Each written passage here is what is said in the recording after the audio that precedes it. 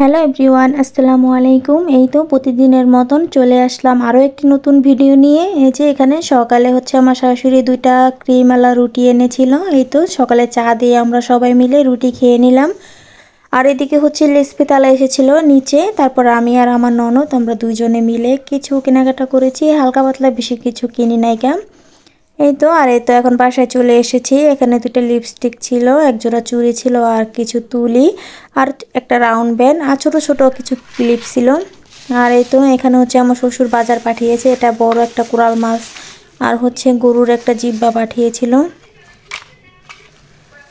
আর সাথে গরুর মগজ পাঠিয়েছিল, আর ছোট ছোট বাইলা মাছ পাঠিয়েছিল। এই তো এগুলোই আজকে, আর সবগুলো রান্না করব না, আজকে গরুর মগজটা রান্না করব, আর কোরাল মাছটা রান্না করব। আর বাইলা মাছ আর জিব্বাটা ভালো করে পরিষ্কার করে তারপর রেখে দেব। আর এখানে ছিল পালং শাক দিয়ে কোরাল মাছটা রান্না করব। এদিকে আমার শাশুড়ি এই যে ছোট ছোট বাইলা মাছগুলো কেটে নিতেছে।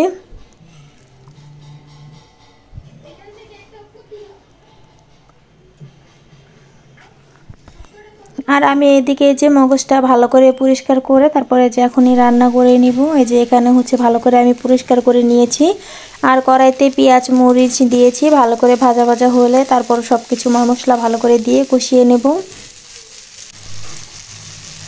এই তো এখানে আমি সব মশলা ভালো করে দিয়ে কষিয়ে নিয়েছি, এখন এই যে মগজগুলো দিয়ে দিব।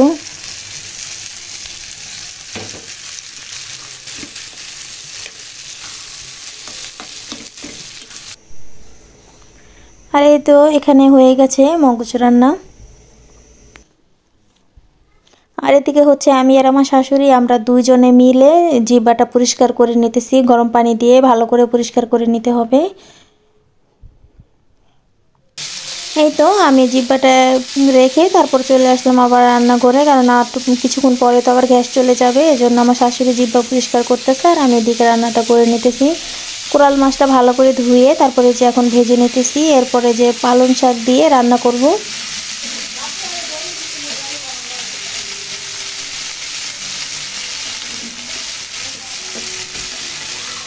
আর এদিকে আরেক চুলায় সব কিছু মশলা ভালো করে একটু কষিয়ে নিতেছি, ভালো করে কষিয়ে তারপরে যে পালং শাকটা দিয়ে দিয়েছিলাম, এখন মাছ ভাজাও হয়ে গেছে, মাছ ভাজাও দিয়ে দিলাম, দিয়ে শাক বাটা দিয়ে এরপর নামিয়ে নেব।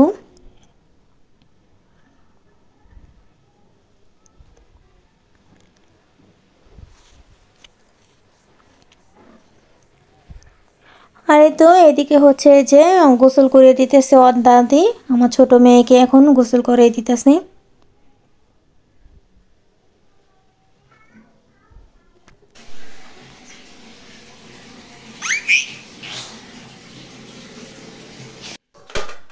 আর এই তো এদিকে যে মেয়েকে লোশন ক্রিম দিয়ে দেবো, নামিয়ে নিতেছি। আমি দিব না, আমার ননদ দিয়ে দিবে ওকে লোশন ক্রিম। এই তো এখন যে এখানে সব কিছু নামিয়ে নিতেছি, এগুলো নামিয়ে দিয়ে আমি চলে আসলাম পাকের ঘরে। এই যে এদিকে তরকারিটা হয়ে গেছে, এখন তরকারিটা নামিয়ে নেব। আর এই তো এই যে এদিকে ওর ফুপ্পি আমার ছোট মেয়েকে রেডি করিয়ে দিতেছে, রেডি হয়ে গেছে, জামা কাপড় পরিয়ে দিয়েছে, মুখে ক্রিম দিয়ে দিল, এখন মাথা আছড়িয়ে দিতেছে।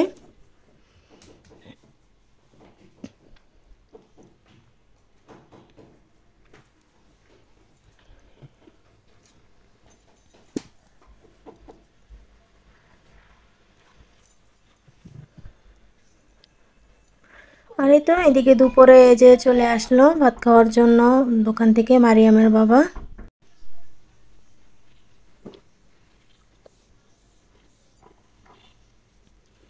এই তো দুপুরে খাওয়া দাওয়া করে আবার দোকানে চলে যাবে। আর এদিকে আমরা সবাই খাওয়া দাওয়া করে নিয়েছি, এখন যে বিকেল দিকে সব মশলা আমি একটু ভালো করে তেলে তারপর এগুলো যে ফাঁকি করে রেখে দিব। এখানে লং, এলাচ, দারচিনি, তেজপাতা অনেক কিছুই ছিল। আর এদিকে মুগ ডাল আমি সিদ্ধ করে নিয়েছি, এগুলো ব্লেন্ডার করে তারপর রেখে দেব পলিথিন করে, প্রতিদিনই তো ডাল রান্না করতে হয়। আর এদিকে যে হয়ে গেছে মশলাটা ব্লেন্ডার করা, এখন এই যে খুব সুন্দর হয়েছে, এখন এই যে রেখে দিলাম, যখনই মাংস রান্না করব তখন একটু করে দেব।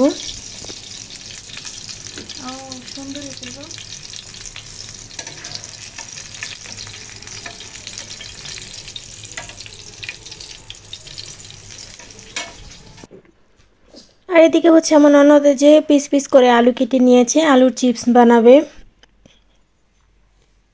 সসেজের সাথে আলুর চিপস বানাবে। সসেজ তো হয়ে গেছে, এখন এই যে আমরা সবাই খেয়ে নিতেছি।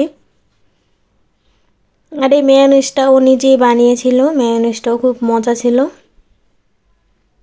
আর এইদিকে হচ্ছে আলুর চিপসটাও হয়ে গেছে, মাশাল্লাহ খেতেও খুব মজা হয়েছিল। আর আমার মেয়েরাও খেয়েছে।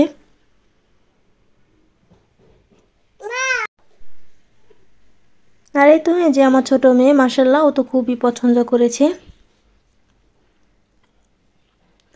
আর এর কিছুক্ষণ পরেই দুই বোন একসাথে ঝগড়া লেগে গেছে, আমার বড় মেয়ে আর ছোট মেয়ে। এখন এই যে ছোট মেয়েও ওই দরজার কোনায় দাঁড়িয়ে আছে, ও আমাদের কাছে আসতেছে না, বলছি তুমি আসলে মারবো। ওই যে ছোট বড় বোন কান্না করতেছে, আমার বড় মেয়েকে মেরেছে।